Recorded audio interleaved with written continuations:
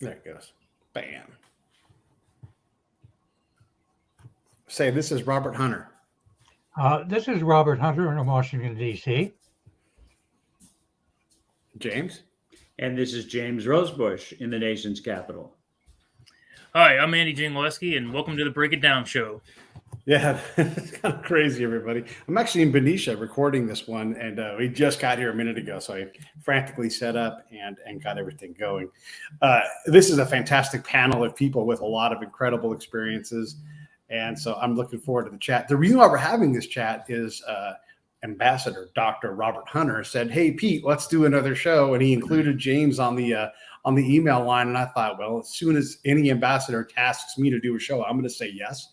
And so here we are. And then I thought I'd bring in Andy Dziengeleski because he has a lot of knowledge. And I just figured that between his Army experience and your guys' international experience, there's a lot of good crossover between us. So, gentlemen, thanks for coming on the show. And I guess, Dr. Hunter, what's on your mind? I'm sorry? What's on your mind? What are we going to chat about today? There's so many interesting things to talk about. Take my jacket off because everybody else can be that way. But right now, which is at 3 o'clock Eastern time in the United States, there is a great wonder. One, the sadness, I think, that so many people around the world, including in the United States, those of us with any British experience, certainly, and I think in general, we are a pretty empathetic people. And Her Majesty the Queen was also our queen. And if it hadn't been for that unpleasantness in 1776, would have still been our queen as now King Charles. God save the king. But one of the things, despite that tragedy, that sadness, let's put it that way, is that it has driven all of the other news off the American airwaves. No matter where you go, whether it's CNN or Fox or any realistic network, all you're hearing is about Her Majesty the Queen. And that is a good thing because we are so inundated with opinions and a lot of nonsense talked by people in the mainstream media because they've got 24-hour news cycle now instead of the old days when you only had a 15-minute evening news show, and they got to fill it with something. And most of it is not appropriate for anybody's ears, much less somebody under 18. So that's what's on my mind right now, is death of the Queen, the transition in England to watch the pomp and circumstance, which they do extremely well. When you practice there for 1,000 years, you get pretty good at it. And then to have a relief for a few hours from the caterwauling that passes for the media in this country. Did you notice, Robert, you're talking about their expert movement of different aspects of ceremony and how adept they are at this? The service at St. Paul's began precisely at 6 p.m. And precisely at 6 p.m., the minister, the officiant said, we're going to begin with remarks from King Charles, and it immediately flipped to Buckingham Palace, where he immediately began his remarks. And as he concluded them, it went right back to St. Paul's, and the service commenced again. It's completely flawless, the way they manage these things. And of course, they've been rehearsing for this day for many years. But I'm wearing, I don't know if you can see them, but I'm wearing the cufflinks that the Queen gave me in honor of her. I'll wear them at least for a week. And it has the ER, her symbol, in the cufflinks. And I had the great honor of meeting with her at least, well, I think like 10 or a dozen different times.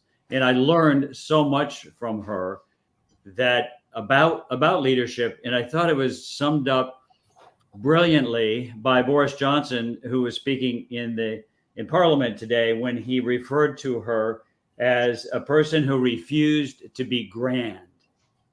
I thought that was absolutely brilliant because it's so counter to American politics, where everyone wants to be grand, and they think being grand is the way that they're successful in politics. And yet the humility that she expressed and the humor with it as well. I remember in one instance when I was with her during her state visit to California. I was with her every night, and one of the gifts that I arranged for the people of the United States to give as a state gift to her was a computer from Hewlett Packard, and we took them to HP headquarters. And that night, she took us to dinner at Trader Vic's on Union Square in San Francisco. And she said to me, Jim, and this is, of course, the early days. This is before there was the internet, but no one was using it. So she said to me, now, Jim, how do you think we can use this computer at Buckingham Palace?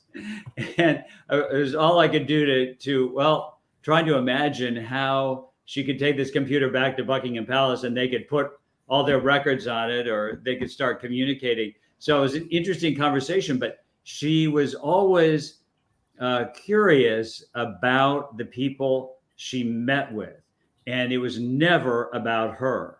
And again, this is a stark contrast, as Robert was hinting to American politics and the way I think American politicians think that they have to get ahead through competing and through promoting their own self-importance. But the Queen, the second longest reigning monarch in world history, she prevailed through humility and a sense of service and duty and love to and for her people and for her country.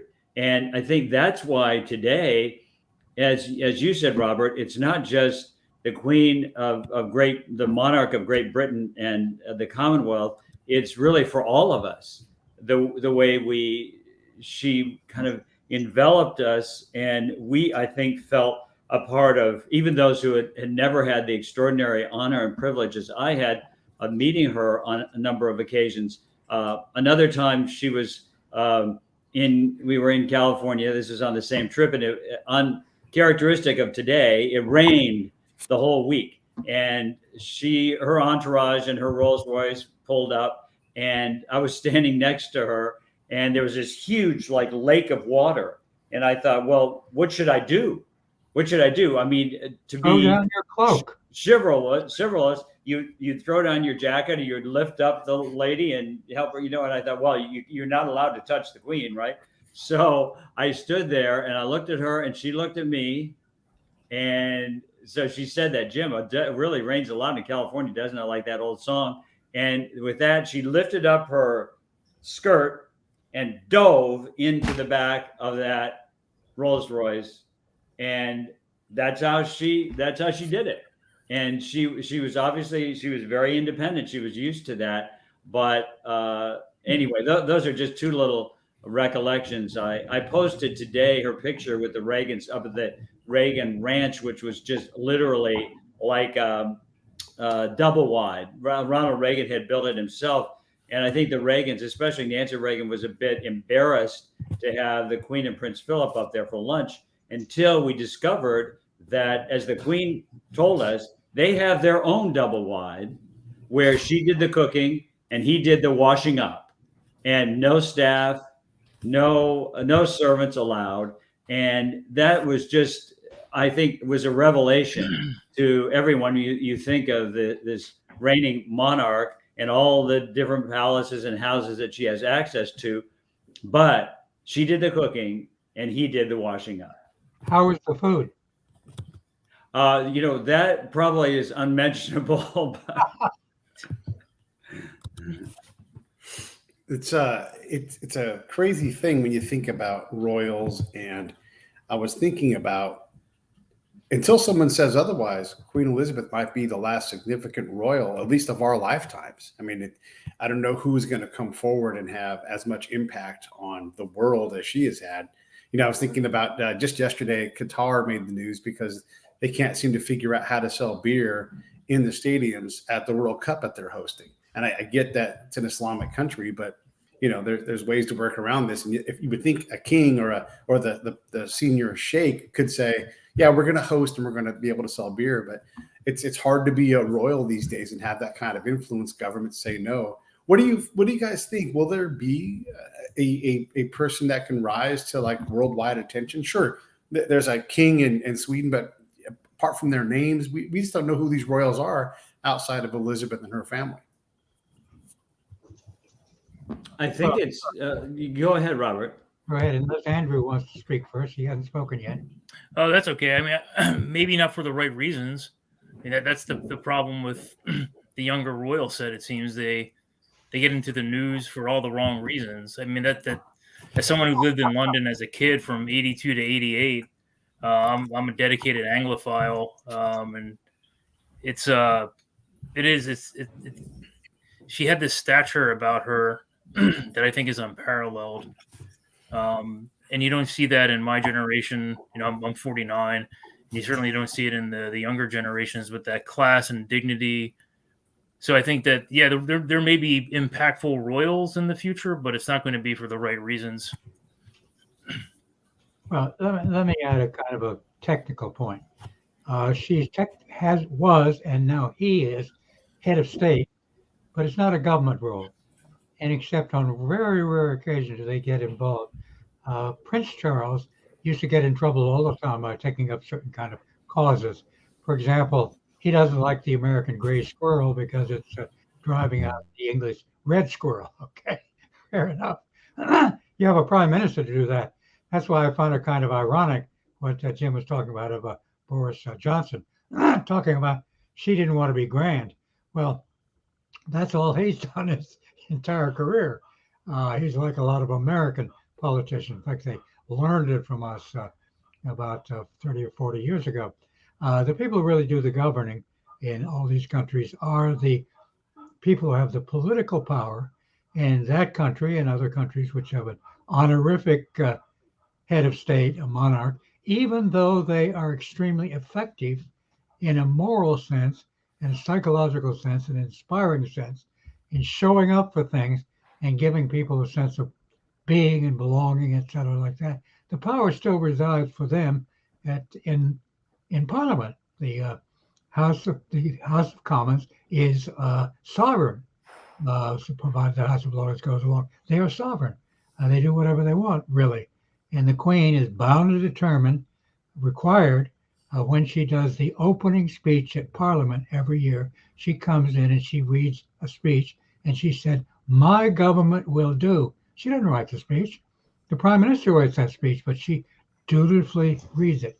Now, what I am looking for is not whether King Charles III is going to be an effective symbol in England, and so far he's done it letter perfect. So far, they had all these years to practice, and in fact, they had a term which was made public a couple of years ago. It wasn't supposed to be. That the moment the monarch died, they were supposed to say London Bridge. London Bridge. Yeah. Everybody started doing what they are now programmed to do. The only other institution I know that's that effective is the Catholic Church in Rome, and they've been doing it 2,000 years, so they have a 1,000 years head start. I've been in some of that business and watched that work. What I'm worried about, in particularly our country, but also the Western world, is coming up with the quality of leadership that's going to be able to be effective in the future. And in my country right now, and I'm going to say something nonpartisan, I hope Jim, who's the other side of a particular partisan fence, will both care about the country. I'm not so sure we have that kind of leadership here right now. I don't see it coming along. I'm not so sure the system is throwing up these good people or giving them a chance to govern. Now, I'm old enough, I'm older, probably the oldest person on this website, but I remember working on Capitol Hill for Ted Kennedy. Working across the aisle was what you did. Things were done in a bipartisan way. You'd yell and scream, they would, on the Senate floor. Then they'd go off and have a beer together and cut a deal. You had Orrin Hatch, who Jim will tell you was one of the more conservative members of the United States Senate, and Ted Kennedy was one of the more liberal members of the United States Senate, and they got together on health care, and they were inseparable on health care. because they both cared about the country. You wouldn't get that done today. And that is what deeply troubles me for the future. I couldn't agree with you more, Robert. I think probably one of the most pressing concerns of our country and beyond the quality of leadership that is coming up.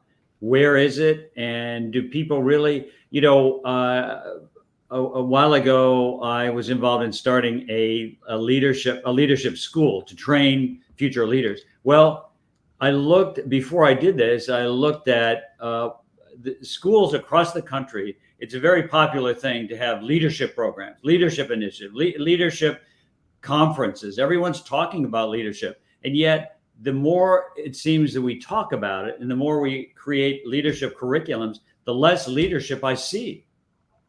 And I think the separation of leadership and management from ethics, from belief systems, from morality. How can you raise future leaders unless their character is built on a belief system of equality, treating our human beings, treating each other in decent and productive ways?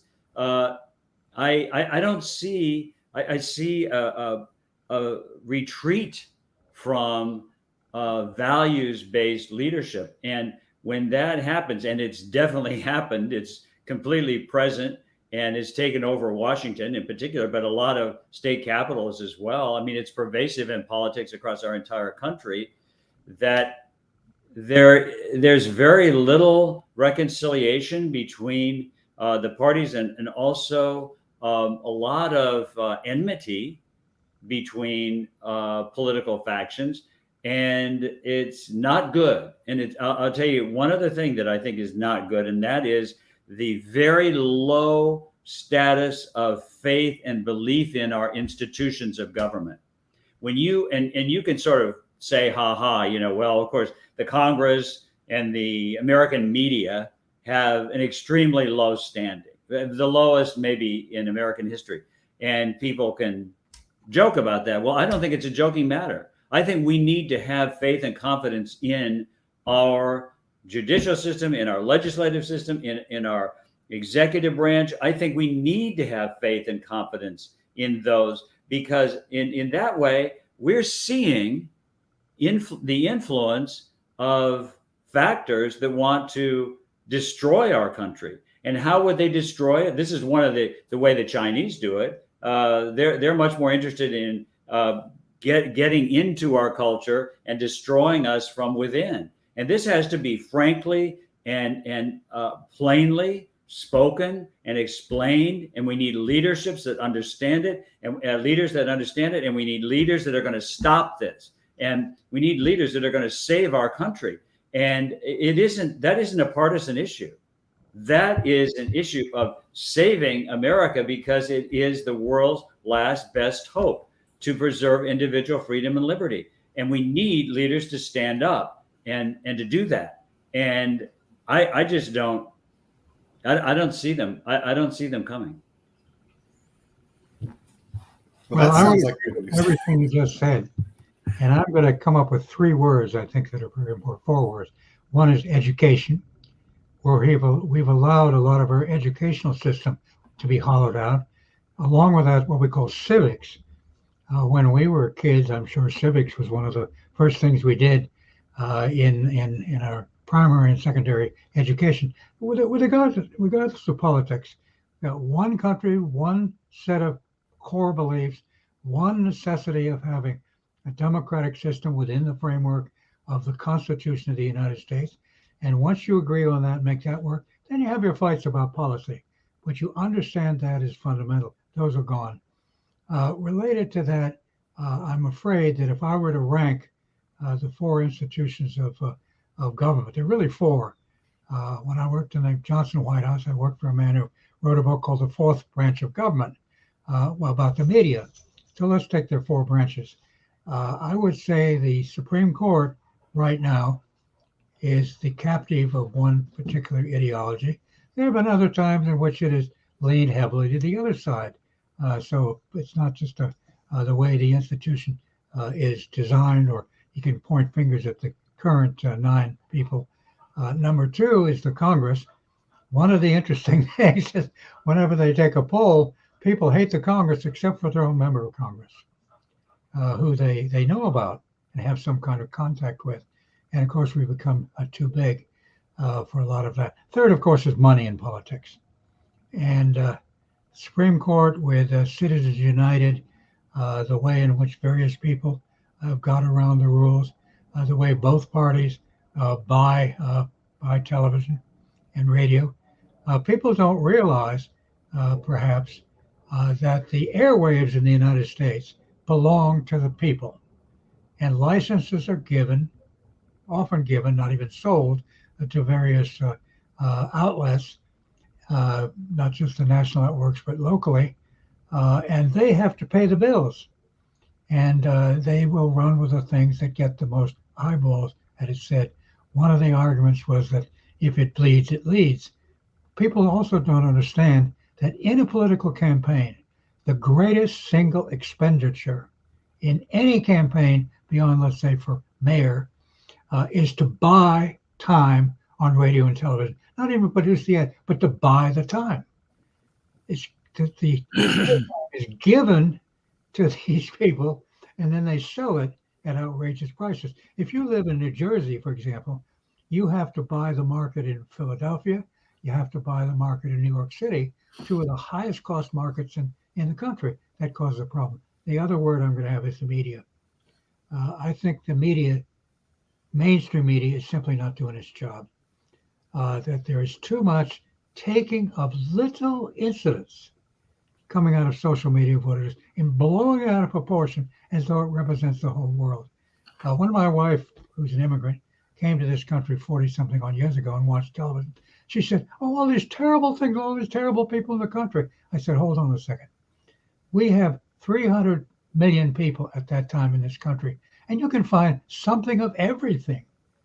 Now, if the media finds something dysfunctional that's not symptomatic and makes it a symbol on television or radio, then everybody goes nuts. Well, the media is just not doing its job, unfortunately, and that includes not this program, but you name a major media outlet, and I'll agree they're not doing their job. You know, one of the Well, things I would second that, and I would add something, and that is that Churchill said, "The farther we can look back, the further we can go ahead." And I think that every student, every child, every person in this country should be required to know American history. Because when you talk about, Robert, you know, news is basically defined as bad news. So there, at the same time, I like to tell people, oh, gee, they get so discouraged and depressed. Look at all the murders and all this terrible stuff going on. Well, I'd like to remind people that at the same time, the same minute that was happening, 3 billion times more good was happening. Neighbors were helping neighbors. People were taking food into other people. People were saving people, all this sort of thing. But you don't see that. But in any case, I think this idea that Churchill had, that and he was a tremendous, not only did he write history books, but he was a student of history. And the more you know, for example, in his case, the more he knew about battles that had taken place before he was born, he could become a military strategist because of that. Well, we need to understand all of the foundational features of our country. We need everyone has to be required to that. And the thing I would add also to Robert's comment about the media, I believe that the degradation of communication and cooperation among people has been thwarted by digital media and social media platforms, because, and I think they're actually evil. I certainly, somewhat make my appearances on some social media platforms. However, I have to say that this and I've been a victim of this because I've been pushed off of Facebook, not because I'm a political activist, but for some reason I can't find out why I've been taken off Facebook. But there's so much rancor on social media that is not disciplined. So you can basically go out and you can scandalize your neighbor or someone maybe you have a tiff with, or you have an argument with. You can go on social media and you can basically ruin their life, and there's no consequence for it. When I was growing up, if I said something bad or I got in a fight with a kid or something like that, I mean, my parents, they were, you can't do that. You're not, this is not the way we behave. But you can go on social media today and you can say, and I've had it done to me. I remember I was doing a turnaround of a company and I had to lay off some people, and I didn't want to lay them off, but I was trashed on Facebook. And I actually called one of the people who'd done that, and I said, why did you put those lies on Facebook about me? And she said, because we can. And I thought, right there, that's the end of civilization. When you can destroy, I mean, they didn't destroy my life, but people's lives have been destroyed that way. If you can destroy another person by spreading lies like this is like germs go all over and degrade people's thinking. If you can do that without any reprisal, without any kind of ethics or rules, then civilization is gone. It's totally corrupted. And what do kids think? They learn that they don't like a kid that's in their class, and they go and smear them. There have been so many suicides because of bullying on social media. That's just a tiny bit of it. So I think that the media we have to have a free and fair media. There's no question about that. But the idea that you can basically, the only news is bad news, and that these social media platforms can basically trash anyone, it creates an entirely different kind of environment for what Robert was talking about, communication,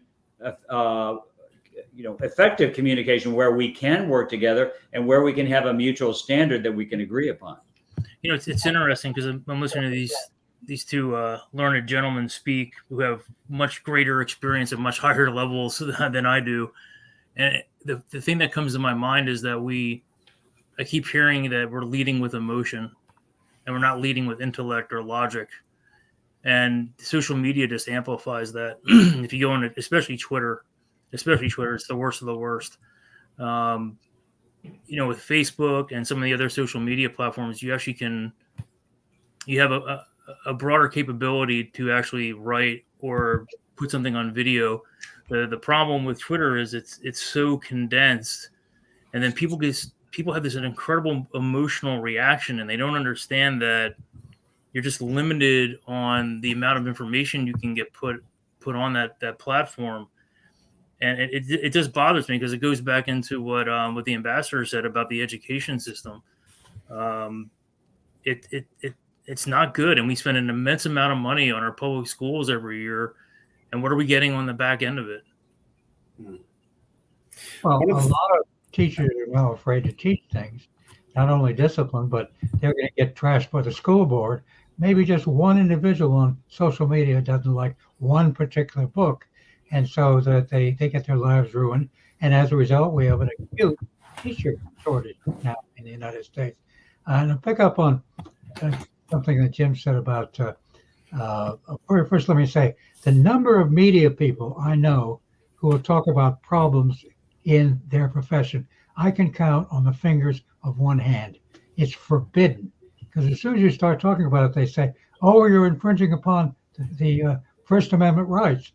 Well, as one Supreme Court justice once said, there is no right to cry fire in a crowded theater. Everybody does that. Incidentally, on the history thing, I have to tell one anecdote. A few years ago, I was called by a booker from CNN to do a program. And she said something, and I said, having worked for this gentleman, I said, that sounds like something Hubert Humphrey would have said. She said, who? I said, Humphrey. And she said, who's that? I said, he was vice president of the United States. Oh, really? When was that? I said, well, let's see, 1965 to 1969. Oh, that was before I was born. I don't have to know that. Oh, As a historian, that makes me cringe.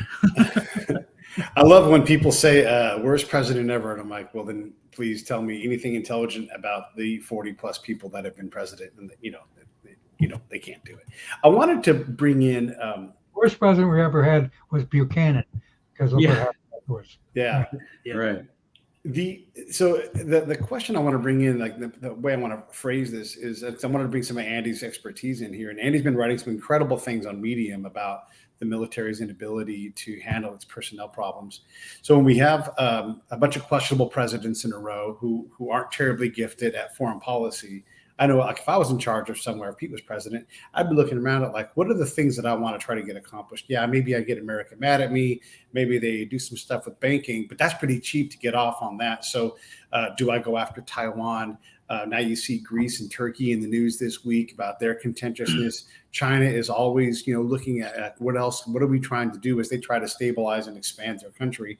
And we have this obvious military problem. All you got to do is read the paper and you can see that, one, we don't win wars, and two, we're having trouble recruiting.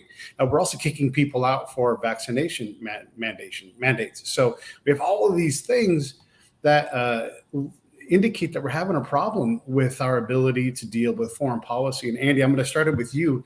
What are your thoughts on the costs of having ineffective and sometimes incompetent leadership, especially if it's a history of these things, of these mistakes, everything? How is that stacking up for us as a country? I'll get to that in a second. I think there's a bigger problem though, and it's been hinted at earlier.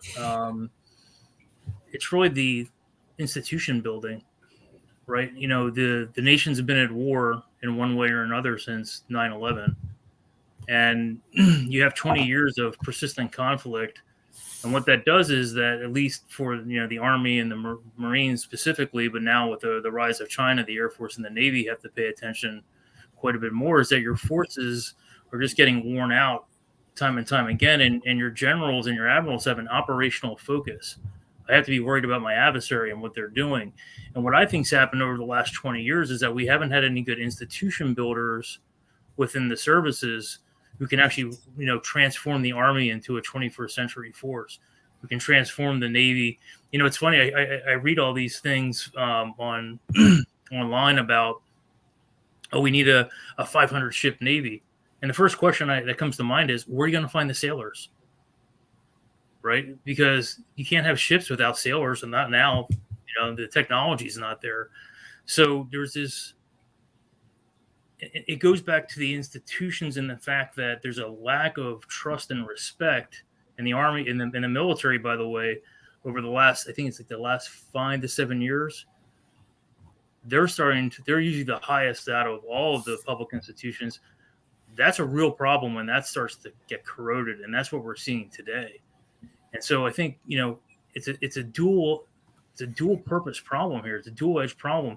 You have to have leaders who understand how to rebuild the institution or reform the institution. And by the way, if you're going to do that, you need the executive and legislative branches to be involved with that in a deeply cohesive manner, right? It can't be catch as catch can. Because it's going to take time. It's hard to build up these institutions. It's going to go across political and election cycles. And then secondly, it's the adversaries aren't going away, so you better pay attention to them. And so there's a real balance here. And I just think that the way that we've selected our senior leaders has been so slanted, and rightly so, up until about 2013, 2014, where we weight their combat experience heavier than anything else. And so it's just, we need to really sit back and take a pause and understand what's happening right now, because from my perspective, it just seems like this looks an awful lot like 1973 or 1974 with the state of our military right now. And in time, things got better. Actually, it's interesting from what I've read historically. I was only 5 at the time, but Carter, Carter was the one who really started a lot of the weapon systems that got matured in the Reagan area, right? So when you take a look at the Army's Big Six, a lot of those programs started, in 1977, 1978. That's the bipartisanship that I think we're missing on a political level that we have to get back to. And the problem is that lack of bipartisanship actually is filtering into the institutions where it's becoming really problematic, right? I mean, if you take a look at Mark Milley's term as chairman, I mean, he's either a hero or a zero, depending on what side of the aisle you stand on, right? And you don't want that out of your chairman. Your chairman's supposed to be outside of that political sphere whatsoever. But there you go. That's what today looks like. As you know, he does not have command responsibility. He's an advisor. That's correct. It goes through the combatant commands. I'll tell you a problem in our foreign policy that I see is that when we got to the end of the Cold War, people said, in a Cold War, we've got the sanctity of the two broad oceans back again. Nuclear threats have gone away, et cetera, et cetera, et cetera. We could just coast along. At the time, I said, now, wait a second.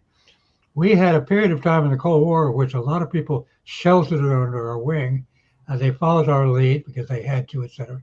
The bad guy, the Soviet Union, came to an end. We don't need to go into why that happened. And so we didn't know to do any thinking. I said exactly the opposite. We now have to think like a more normal power. But we didn't do that. We didn't educate the people, and we didn't elevate them to senior leadership positions in foreign policy in Washington. Since I think George H.W. Bush was first class. I think Bill Clinton started off well. But from, let's say, late Clinton all the way into today, I don't think that we have had the best, most intelligent, most thoughtful, most strategically focused people in this country occupying the senior positions.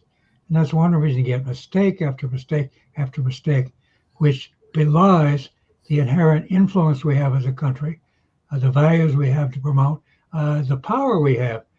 We are just inadequately served, in part because the presidents don't bring in the best people. And that's all of those 5 administrations. Now I'm going to upset everybody with that. No, you haven't upset me. Andrew, let me ask you this question. What would you do to address the issue of 36% of all the individuals who apply to go in the military are declassified or prohibited because they are overweight, drug addicted, have chronic health issues related to this, and they're not suited or they're not fit enough to qualify to go into the military, and that we're not getting the kinds of the recruiting that we're attempting to do. We're not getting the results that we need to have. That's just at the personnel level, not to mention the strategic level, which Robert just mentioned. I mean, we need to have, to me, we need to completely overhaul our military strategy, and we need to have the best thinkers and the best technology people. We need to have the best shipbuilders. We need to, and we need, obviously, we are practicing war games, but I want to make sure that we're practicing war games to win, not to be dependent on an outdated approach, not just from the standpoint of equipment and personnel, but strategically. How do we actually do this? And I think that they're increasingly, I remember Caspar Weinberger's book, which was novel at the time, and now it's very old, but what was it called, Robert? The next war will be a cyber war, I think is what he's talking about, which we're already in that war for sure, every single day. Right. But I don't think the American people recognize that either. They may know that their bank account's been hit or their credit card has been hit, but they're not getting the education from our leadership that impresses upon them that we are at cyber war. We're in cyber war right now. There's no question about that. And we're also in a war of intelligence right now, where the Chinese in particular have invaded our universities. They have invaded other systems. They certainly invaded the media as well. And that's where this degradation comes from of moral values. But anyway, let's go back to how do you address military personnel recruiting? So it's an interesting question, and I put some thought into this. It's really twofold to me. The first one is that the military has raised standards significantly. If you take a look, it's interesting when you say all the things that preclude somebody from joining the military, whether it's drug abuse, obesity, lack of education. Similar problems occurred in 1940 when we expanded the Army, but they were different. Yeah, they were a bit different. The educational problems, if you take a look at how many people were illiterate that got drafted in the Army, especially, it was huge. If you take a look at the malnutrition that occurred because of the Great Depression, especially in the southern states, it was enormous. A lot of people were happy to get drafted because they got 3 hots and a cot. Right. It was, I got 3 square meals a day and I got someplace to sleep that was generally warm some of the time. Interesting. So I think there's a parallel there. Part of it is the raising credentialism in the Army or in the military writ large. We have to be smart about it. What the military likes to do is just put a blanket standard across everything. One of the big problems that I see right now is the number of conditions that preclude you from military service is enormous. And one of the big issues is that our doctors in this country go right to their prescription pad with our adolescents and our youth for things like ADHD, depression. And once you have that on your record, you're not allowed to join the military, right? So you may have a person, to your point, about cyber war. Maybe there's a guy or a gal out there who's just incredibly gifted at doing cyber operations.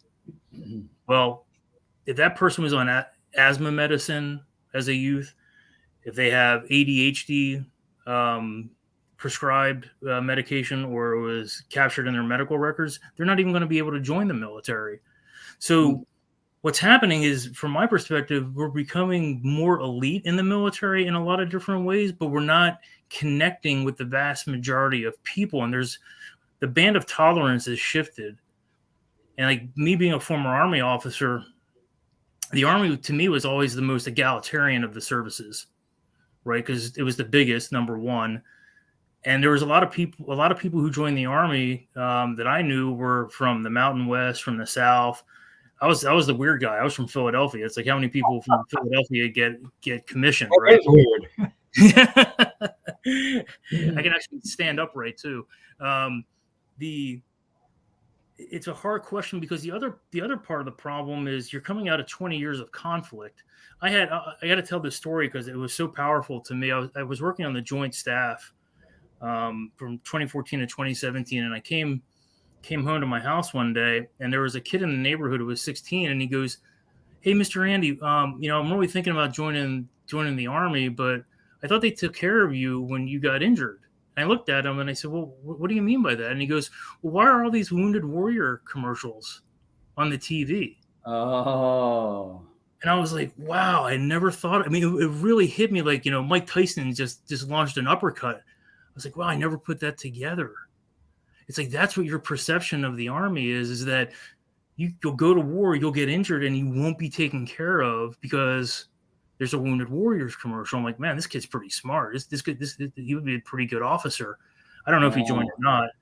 So I think there's an appeal problem that the military services have on top of all of this, which is that the 20-year war come into play here. There's other things like the Vanessa Guillen issue down at Fort Hood, where that poor gal was murdered brutally, and then they started doing the investigation into Fort Hood. It's just it's really complex. There's a lot of different things going on here.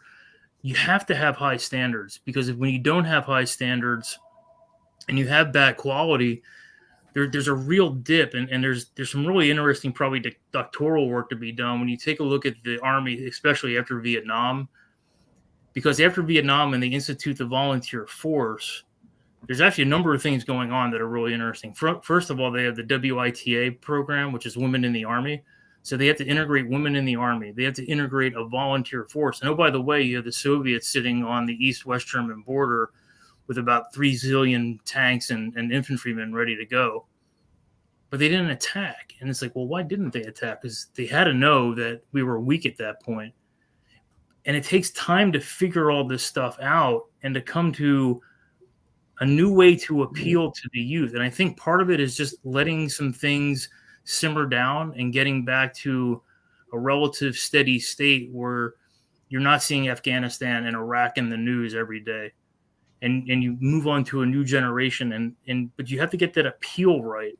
Why do you want to join this volunteer force? And if you don't get that appeal right, it's not going to work. Right. And the thing that's, be all you can be. Everybody remembers that. What a great appeal to the individual. Be all you can be. Come join the Army. It's like, I still remember that. I can still hear the jingle in my head. That's fine. But Andrew, what about people who want to go into the military because they love their country? Well, what about love of country? I want to be in the military because I want to defend freedom. Why don't we imbue young people with the desire to serve in whatever way that they can to actually protect our country? Well, why should it be about them in particular? Well, I think to your point, there's two things. The first one, Ambassador Hunter said before, which is we don't teach civics anymore, right? So I think that's the foundation we have to get back, because that installs the knowledge and the love for the country. And then secondly, I think there's a vast amount of people who actually do want to serve their country, but they're precluded from serving. It would amaze. I mean, if they ever let the numbers out, it would be amazing to see how many people they reject on an annual basis who would want to join the military. My guess is that it would be in 7 figures, right? I think there's a lot of work to be done there, and that obviously should be the initial motivator for why people want to join the service. But where is it important? When was the last time? Actually, I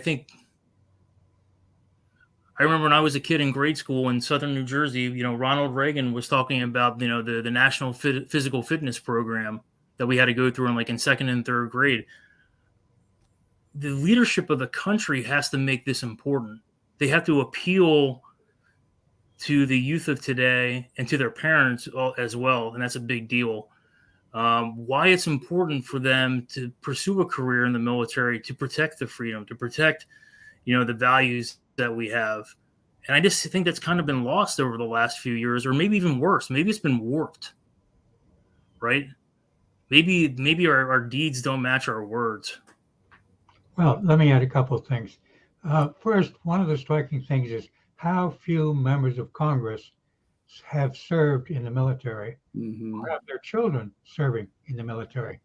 2 generations ago, everybody practically in the Congress, at least the men, had served in the military. And we've had a number of presidents who were military people, but I can't remember the last time we had a president who actually served on real active duty. I know George W. Bush was in the reserves for a while. At least he did his bit. The greatest hero that we've had, perhaps, in actual combat experience was George H.W. Bush. You go by and go to his museum out there and have a look at it. Jerry Ford, go to his museum.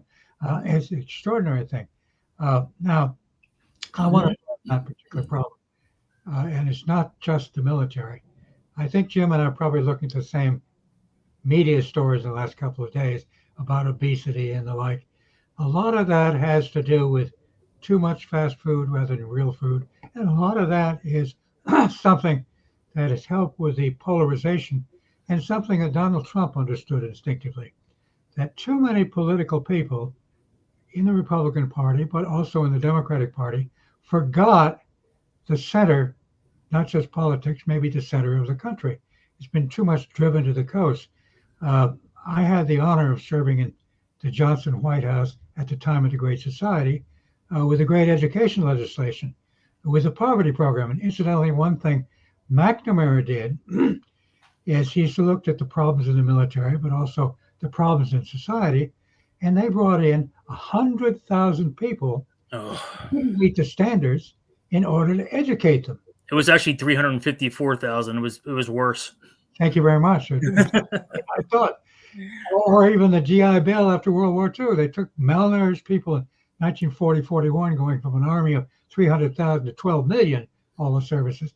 They gave people not just 3 huts and a cot, but they trained them. They got their food content up. They got a lot of things. They set them in a way that helped in society, great promoter in society. But we have tended to forget a lot of people in this country, a lot of whom are white and middle class, living in Appalachia. One of the things that Johnson had was a major Appalachia program, which eventually went nowhere, even though Nixon, shows bipartisanship, actually put more money into the Great Society programs than had been appropriated under Johnson. Then it got kind of lost afterwards. So if we're going to get hold of this, we got to start doing something for the poor of this country, who are black and white and Hispanic, whoever they come from, and recognize it's something real, not something just to be shunted aside. And with the disparities of income we have in this country, the difficulties of raising taxes, to spend it on things that are going to affect people in this country who may want to serve, certainly believe in their country, but aren't able to because of the way the economy is in trouble, because of the newest generation of forgotten Americans. Understood that. Others have to understand it as well, maybe who have a little bit different temperament. The other thing that's very interesting, going to Mr. Rosebush's comment and questions, the vast majority of the people in the country, when they join the military, they only do it for one term. I mean, if you take a look, it's actually about 80%, depending on what service. The Coast Guard, believe it or not, the Coast Guard officers, if you get commissioned as a Coast Guard and the officer, like 90% of them make a career. And it's like, what is so appealing about the Coast Guard that people want to stay in for? There's something special there. And I wish I knew what it was, because I'd like to copy it and spread it across all the services. I think it's because they have like really cool duty stations in Hawaii and Lake Tahoe and Key West, but there's probably something more to it. Jim, what do you think? I think that we need to have leadership that articulates what we've been talking about. Absolutely. And I think it can be done. I think we need leaders who inspire people to be greater than they think they can be. I think we need to have leaders who explain. You know, this has always occurred to me that a leader should be a Sherpa. And I love talking about leadership as a Sherpa. And you know what a Sherpa is? A Sherpa is really, their livelihood is dependent upon getting you to the summit without dying. And so I think of let's talk about our country. I think of our country is like all these millions and millions of people, and they don't need someone to tell them what to do, but they need someone to guide them into the way up the ascent. And I think that so many of our leaders have been either probably lack the capacity to be a Sherpa. So we need Sherpas that can get us to a higher level of quality of life, of how we think of ourselves, our families, and our country and our world. And we need someone who can inspire us to see greatness in what we can achieve, both as individuals and as a country. And of course, there's no question, Ronald Reagan, the president that I worked for, said, and I'm often tapped on the shoulder and said, "Hey, Reagan always said this or said that, and it's wrong." And I said, you have to remember something. Ronald Reagan never said America was perfect. He said America's best days are still ahead. Now, just if you take that concept apart, you can see that Reagan spelled out hope for America and for Americans. He didn't say we've achieved it yet, but he believed that we had the basis to do so. And when he talked about in his last speech in the Oval about that Chinese city on a hill and explaining it, what he said, I don't think I've ever explained what I meant when I saw America as a shining city on a hill. And then he went in to explain it, and it included, very interestingly enough, open doors and people who wanted to enjoy the fruits of freedom and democracy and individual liberty, being able to access this system and live under the laws and the character that America has. And so to me, he was a leader, obviously, in my book, who was a leader of vision. And because he followed really the principle, we started this conversation talking about Queen Elizabeth. He never, ever, ever used the personal pronoun I, nor did he ever say ridiculous things like my cabinet or my military, or which is completely wrong because that does not belong to a president. And Reagan left the White House the same man he entered. He was a completely egoless person.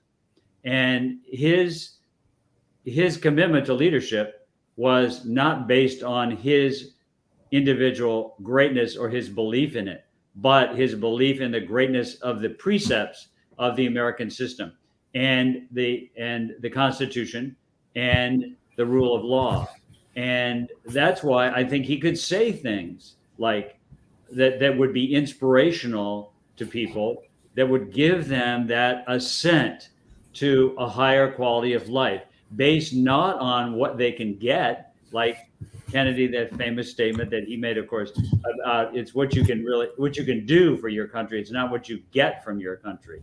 And this relates, Andrew, to military service as well. It should be thought of, if not mandatory, it should be thought of one of the highest and greatest things you can do is for your fellow citizens and for the world is to protect individual freedom and liberty in this country, which is under tremendous threat, which I heard last night someone saying, well, and I don't know what Robert thinks about this, but well, we're really in World War III now. Because with the entrance of Iran and North Korea supplying Putin, and China, of course, supplying Putin, that we're not just talking about a limited engagement here, as much as people militarily are trying to limit what the West is doing militarily in Ukraine. It's getting more and more complicated, I think, by the day. Well, first, let me say, I've had the honor of working for Ronald Reagan. I had the honor of working for 3 presidents with only one person between me and the president. And all 3 of those would have subscribed to everything you just said. Some communicated it better. Reagan was a very good communicator. Some did things, some did less well. Some had Congresses that went along with them. Some worked in a time where there was less media frenzy pulling the other way. But most people, in fact, I can't think of an exception. I'm going to leave Trump aside. I'll let other people explain that. Have come to the office without wanting to do the best they can for the country. I suspect Trump did too, but he had a peculiar way some of us thought of sometimes of going about it. How do we elect better people to office? How do we focus particularly on the domestic angle? Now, incidentally, Jim, you just asked a question. Are we in World War III now? Absolutely not. We're in a world where the first time since we've ever been in the world, which was December 7th, 1941, we now, up until not too long ago, let's say 2014, with Putin going into Crimea, or before that, the thing we had on 9/11, which was cost them $50,000 or something like that, but symbolically and psychologically, it was an incredible thing. Took away our sense of psychological isolation. But we are now in a competitive environment that countries have for centuries. We never had to face it again before we became fully engaged. We're going to have to do that. We haven't trained people how to do it. We haven't put them in office in order to be able to do it and get it right. Now, you just opened a new issue, which is Ukraine and Russia. We could do another couple of hours on that. I think we should. I think we should have another show and talk just about that. I will assert something here, and I've worked on this a long time. I had senior responsibilities in the Carter administration and in the Clinton administration. I was the principal architect of reforming NATO at the end of the Cold War. After George H.W. Bush got it going, NATO's always bipartisan. But 4 presidents in a row, 2 Republicans and 2 Democrats, have made serious errors in dealing with the Russians. The idea of George H.W. Bush, picked up like Clinton, was to try to create a Europe whole and free and at peace, which was not to repeat with the Russians what was done with the Germans in 1919, which helped produce Hitler. So it was to try to engage the Russians, and it worked until about 1999. And then the people came into power in both parties to say, Russians lost the administration, to hell with them. And so we pushed them away. Putin loved that, but I don't think there was ever foreordained that we were going to see a war in Ukraine, but we threw it away. And the most important way we threw it away was by saying Ukraine is going to become a member of NATO. I said that in 2008. That's insane. We wouldn't have allowed Mexico to become a member of whatever thing that the Warsaw Pact, right? or whatever was came after it. Remember when we went into the Bay of Pigs long before Castro had a relationship with Russia, he was a commie. So we went and we couldn't tolerate that on our shores. I'm not going to say it was good or bad, but that just shows you. Ukraine sits on the high road, as does Poland, of attacks from east to west and west to east historically, going back centuries. The idea of having Ukraine in NATO was absurd. And we kept saying it over and over again. Secretary of State says it on January 26th. In 2014, an assistant secretary of state ran a coup in Kiev. You want to see it? It's on the internet. The Russians intercepted the phone call and put it on the internet before they took Crimea. It's there. You want to listen to it. People don't, even today, don't learn history. The Russians did sit still. They understood history better, and the Europeans than we do.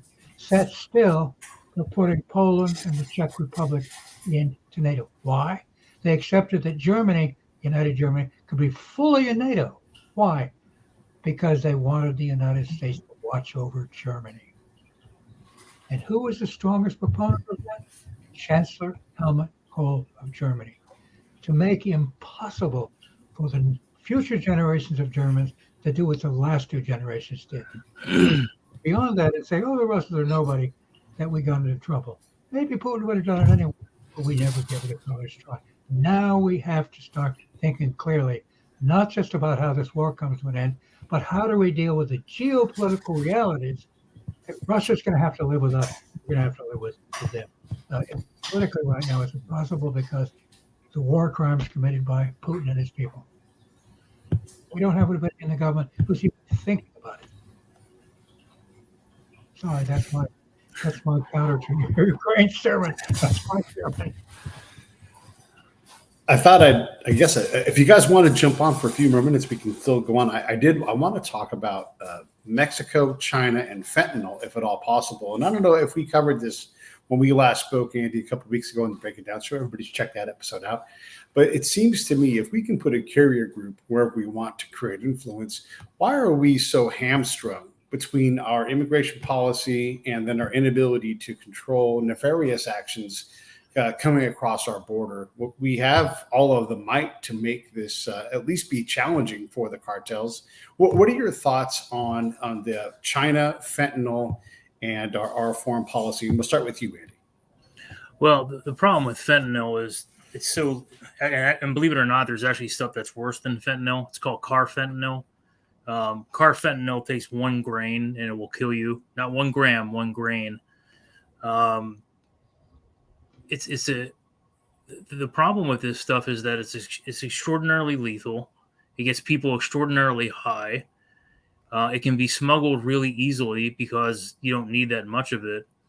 And it's incredibly toxic. I remember reading, this is probably 6 or 7, 8 years ago, where New York City police found 26 pounds of fentanyl up in the Bronx, and they had to go in full chemical protective gear. That could have killed the entire population if it had gotten into an aerosol form or into the water supply in the density that was required. So that's the big problem, is that you need very little of it to create an incredibly awful effect on our population. I think I read something a couple of days ago.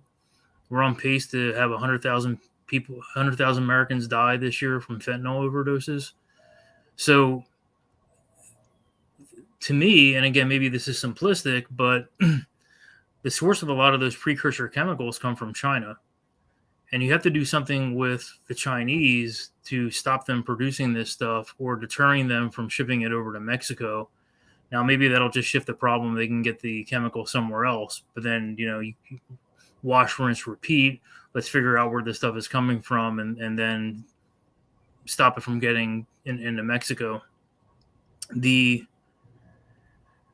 was interesting when I was at the National War College back in 2019. I had a friend of mine who I still stay in touch with. He's an attorney at the Department of Justice, and he was telling us that President Trump was actually considering labeling fentanyl and carfentanil, and I think there's actually one more that's even more toxic than both of those, as weapons of mass destruction. And I thought that was a very interesting play. It never went anywhere, but it would be interesting to see that examining in greater effect, because if you're losing 100,000 American citizens a year to fentanyl overdose, there's not much else that's more lethal than that. And then you have to ask really hard philosophical questions like, is this being done deliberately? Or is it being done just because there's a profit motive and people like to alter their consciousness? So, yeah, I think it's something that needs a great deal more emphasis at the national level, at the most strategic level, from the president on down, because I'm actually kind of stunned that we have allowed this to get so bad where 100,000 people plus a year are dying from this stuff. And it seems like no matter what has been done, isn't very effective. Well, a lot of it I'll leave to greater experts. The supply side of it is the demand side. Right. And on this particular drug, and a lot of the opioids, to use the broader thing, not only is there a profit motive by the drug companies, in which some of them have been fined and some of them were given a free pass, no names because I don't want to be libelous or slander somebody or get sued. But if you look at a lot of the concentration of this, it's in the areas of despair.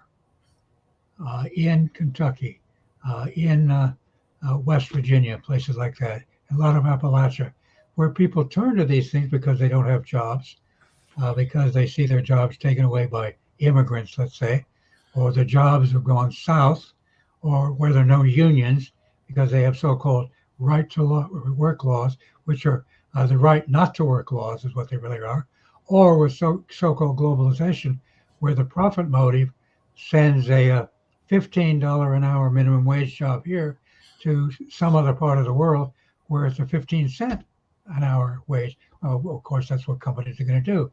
Globalization is one of the, as we've allowed it to happen, is one of the damages to the United States.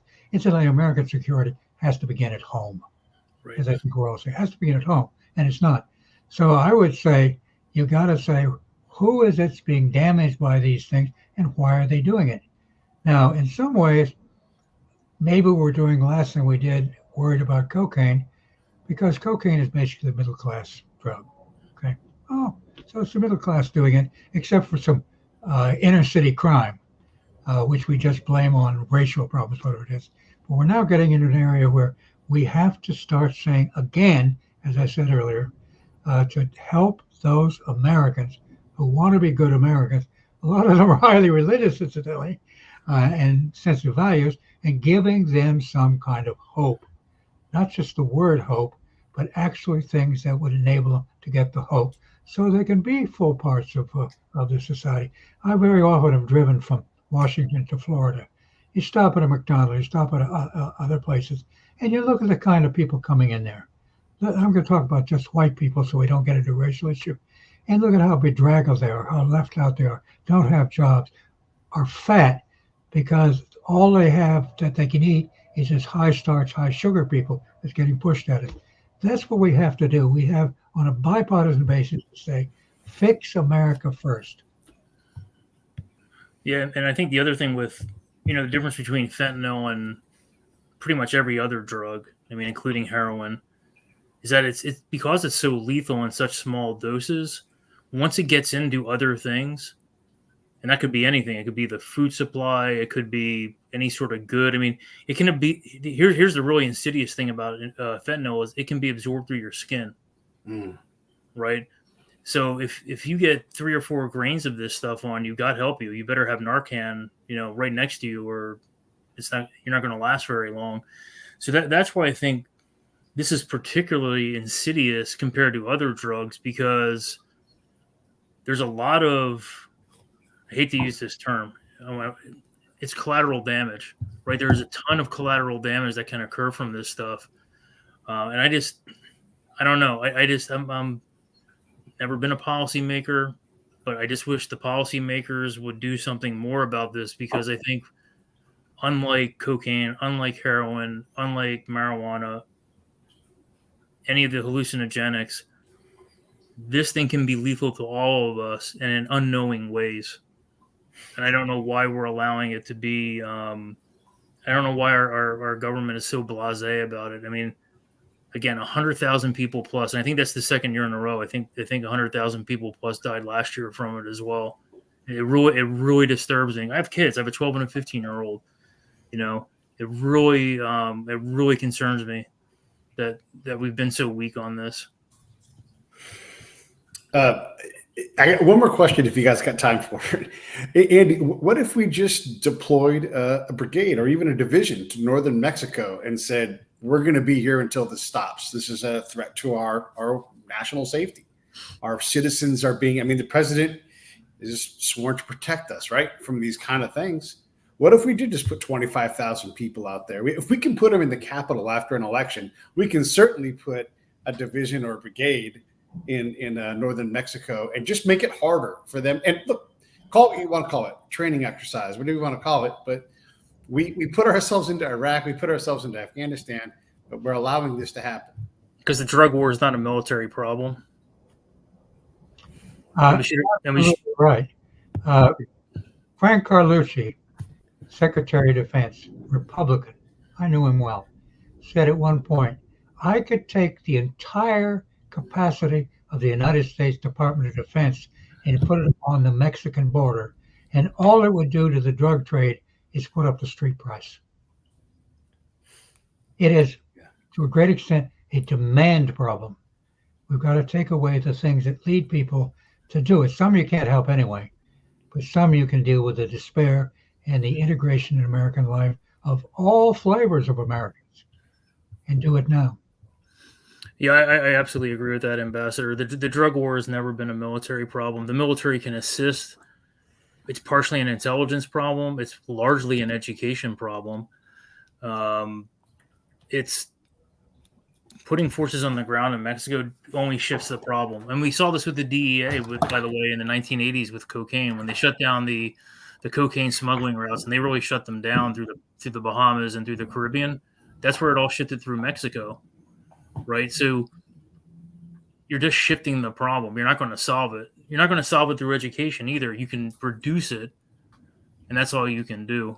But, the bigger problem with Mexico is with the drug trade is it's hollowing out their institutions. There's an old saying that the drug gangs down there have. It's called silver or lead. Either you take our money and you get bribed, or we're gonna shoot you and kill you. Right. and that goes to the ambassador's point about hope. It's hope in another country. But when the vast majority of the wealth is concentrated in 400 families in Mexico, they're going to go look to other places to look for those, those really basic needs of life: security, food, shelter, and the drug gangs can't offer that to them. Well, let's quit working so hard on our Friday. I want your final words. So, Andy, and I'm going to give Robert a chance to go last. So, Andy, just your final words first, and then Robert, will kick it over to you for any extra things you want to say. And then, as always, fellas, this is awesome. I love doing it, and it's just great for me to be able to put Andy and Robert and James in the same conversation, because this is how we learn. This is how we get better. So, Andy, any final words? Yeah, I would just like to thank the ambassador and Mr. Rosebush. It's an education. These gentlemen have worked at a much higher level, doing way more important stuff than I ever did, and it's fascinating to hear the stories and their experiences. The key takeaway is America is a fantastic country, and people want to flock here from all over the world, and there's a reason for that.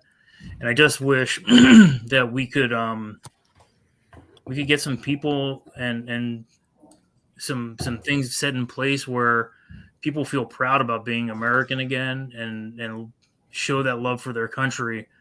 And it just seems like that has been severely lacking over a long time, and it really pains me to see that. I mean, my family came over from Poland and Lithuania in 1911 and 1912, and every generation has had a member or members plural serve in the armed forces. It matters a great deal to me. So that's all I got to say. We need to believe in ourselves more. We have an incredible country. Never a country like it. And our best days are still ahead, as Ronald Reagan and Jim Rosebush said. I believe, on my own experience in a number of years, maybe 85 or 90% of the American people agree with the greatness of this country, believe in its institutions, or at least the basics of democracy, want to do the right thing, and we have to find a way to enable the vast majority of our people to be able to express these views about this country and about its values, about its caring for people, caring for their families and their communities, and get a lot of the politicians and a lot of the money and a lot of the bad media out of the way so they can express themselves. I love it. All right, let me wrap this up. Stand by, fellas. Hey, thanks for watching the show. I really appreciate it. Right here, you can subscribe. Please do that. It makes the show grow. Hit that notification bell so you know which incredible guest is coming up next. Down below is the PayPal link. You can put a small subscription in. That is an enormous help. All that money goes right back into the show. And then right up over here are the next episodes you should listen to, curated by yours truly.